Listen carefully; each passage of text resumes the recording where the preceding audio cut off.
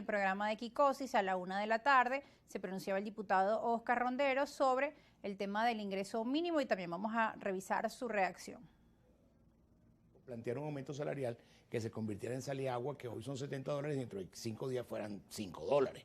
Y volvemos al mismo escenario, es decir, una falsa incremento salarial. Yo diría que el gobierno tiene que ser mucho más franco, tiene que ser mucho más serio en la política comunicacional y en la forma como lo aborda. Mire, no tenemos plata por esto, hay que hacer esto, hay que rescatar la producción petrolera, hay que levantar las sanciones, hay que buscar mayor cantidad de ingresos para poder tener un mejor salario. Así podremos nosotros lograr que la matriz de opinión de defensa, de levantamiento de las sanciones, que la matriz de opinión contra la corrupción en PDVSA y la protección y la mejora de nuestra empresa petrolera sea una verdad compartida por todos los venezolanos. Bien, hay partes de las declaraciones que hemos estado revisando durante todo el día, pero fíjese que hay un elemento en el que muchos sectores que ideológica o políticamente no coinciden, pero sí en este sentido. Es decir, lo constitucional es que el trabajador venezolano tenga un salario o un ingreso mensual igual a la canasta básica, así lo establece el artículo 91 de la Constitución de la República Bolivariana de Venezuela. Sin embargo, que dicen, se entiende que esto es muy difícil de lograr, pero que hay que trazar un camino que permita que progresivamente el trabajador pueda recuperar su poder adquisitivo y que su salario pueda equipararse a la canasta básica. Incluso una persona que hoy en día gane $300, por decir un monto, es una persona que no puede acceder a la canasta básica y estamos hablando de un monto muy superior a ese ingreso mínimo con el salario, el cestatique, el bono guerra económica, es decir, con todos esos beneficios se está muy lejos pues de eso. Pero sí coinciden en que hay que decir la verdad, ser transparentes y sí también mostrar un plan de acción. ¿Cuál es el plan de acción que permita que paulatinamente, que progresivamente los trabajadores puedan recuperar su poder adquisitivo? Y mencionabas un tema importante, el tema de los diálogos y de la negociación. ¿Qué hace falta en esa mesa para que se puedan concretar acuerdos, para que se puedan dar soluciones, para que Venezuela pueda trabajar en ese camino libre de sanciones y por otro lado, pues también se garanticen a todos los sectores pues, de nuestro país respuestas y soluciones que claman una respuesta inmediata? Fíjate, Rosa, ahí de las declaraciones del diputado que acaban de colocar en pantalla, dos cosas que me gustaría destacar. Primero, que hay un consenso generalizado en relación a que las sanciones afectan el ejercicio real de los derechos enmarcados en la Constitución. No lo dice solamente el Partido Socialista Unido de Venezuela, lo dice el presidente Petro, lo dicen muchos de los mandatarios que estuvieron en la cumbre de Bogotá sobre el proceso sociopolítico de Venezuela, lo dicen sectores partidos de oposición, también. lo dicen empresarios importantes del país que no acompañan, repito, al gobierno bolivariano, que son ideológicamente distintos. Pero al mismo tiempo también hay que reconocer algo.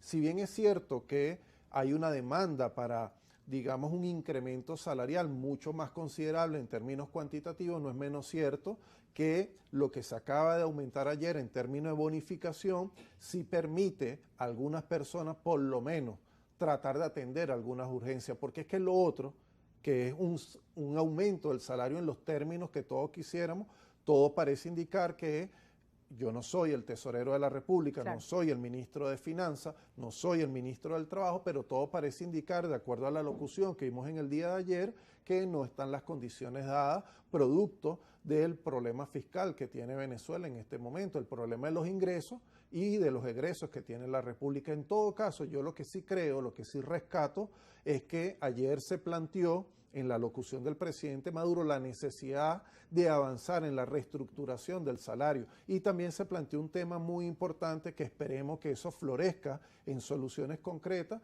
que es un fondo con recursos petroleros para, digamos, revitalizar, para darle nuevamente, digamos, valor a las prestaciones sociales. Recordemos que ahora, en este momento, como consecuencia de la situación económica, nuestros trabajadores prácticamente vieron perdidas sus prestaciones sociales. Luego de largos años de servicio, hoy un trabajador se jubila, tengo un amigo de hecho en una institución pública que se jubila luego de 25 años y lamentablemente sale con un monto ínfimo. Creo que eso que planteó ayer el presidente Maduro, si germina en soluciones concretas a partir de la orientación que le daba el ministro de Petróleo, creo que eso sería un paso bastante importante. Ahora bien, en cuanto a las negociaciones, las medidas coercitivas unilaterales obviamente le hacen un daño terrible al país.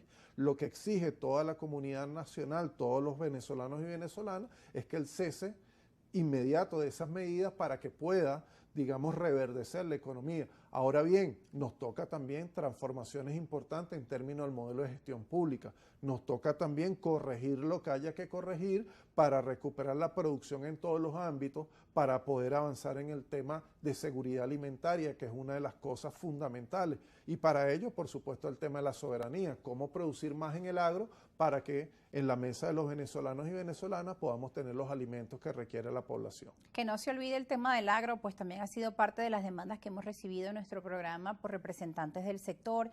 Muchos pues también solicitan créditos, solicitan ayuda, capacitación, y que esta apertura de Venezuela con otros países, como por ejemplo sus relaciones bilaterales con Colombia, busquen también en el equilibrio, porque fíjense que también Venezuela tuvo unos años de aislamiento que obviamente pues perjudicaban a nuestra economía, a nuestro intercambio comercial, pero al regresar, pues obviamente también encontramos la balanza desequilibrada. Teníamos en estos días un productor de café que nos decía, no es posible que ahora estemos importando un café a nuestro país, lo vemos en muchos mercados, en los puestos de ventas de hortalizas, de verduras de compañeros andinos que llegan a la ciudad, y a precios muy bajos, que lamentablemente hacen que el venezolano adquiera este café colombiano en lugar del café venezolano, pero según a los productores los montos no nos dan para nosotros poder hacer una competencia sana. Tenemos que invertir mucho y no podemos perder, no podemos trabajar a pérdidas, ¿no? Entonces también se trata de en esas mesas de trabajo, en esas mesas de negociación y también en la revisión interna tomar en cuenta todos los factores para ese intercambio comercial, para que sea justo, para que sea equitativo y para que también el trabajador venezolano pueda tener oportunidades, pueda rescatar también el acceso a créditos y estar en una condición equitativa respecto a otros mercados. Sí, recordemos que venimos de un estado rosa que fue omnipresente en sectores muy importantes de la economía, no solamente en el ámbito petrolero.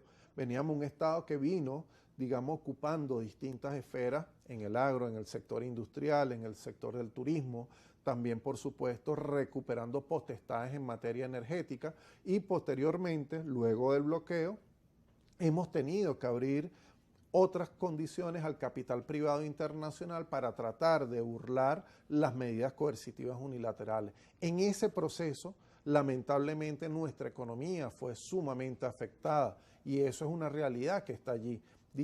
Ha dicho la CEPAL, lo decía el año pasado, que Venezuela iba a tener, y lo tuvo de hecho, un incremento importante en su PIB. Este año se tenían otras expectativas para este primer semestre. Lamentablemente esas expectativas... Desde diciembre empezó una contracción y una caída en esos indicadores. Una contracción económica importante.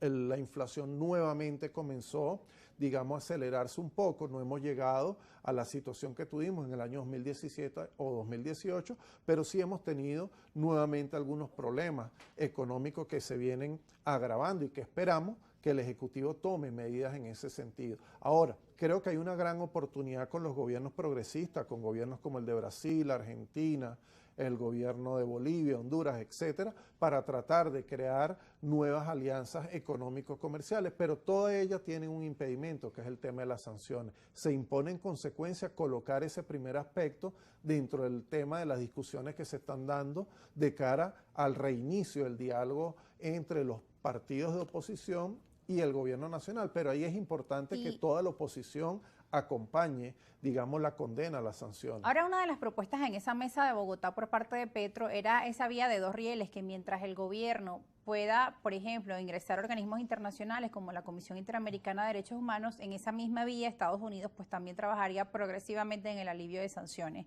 Porque también, a pesar de que ningún país debería sancionar a otro, pues nos explicaban que ese proceso no se elimina de la noche a la mañana, que es todo un proceso que toma un tiempo, ¿no?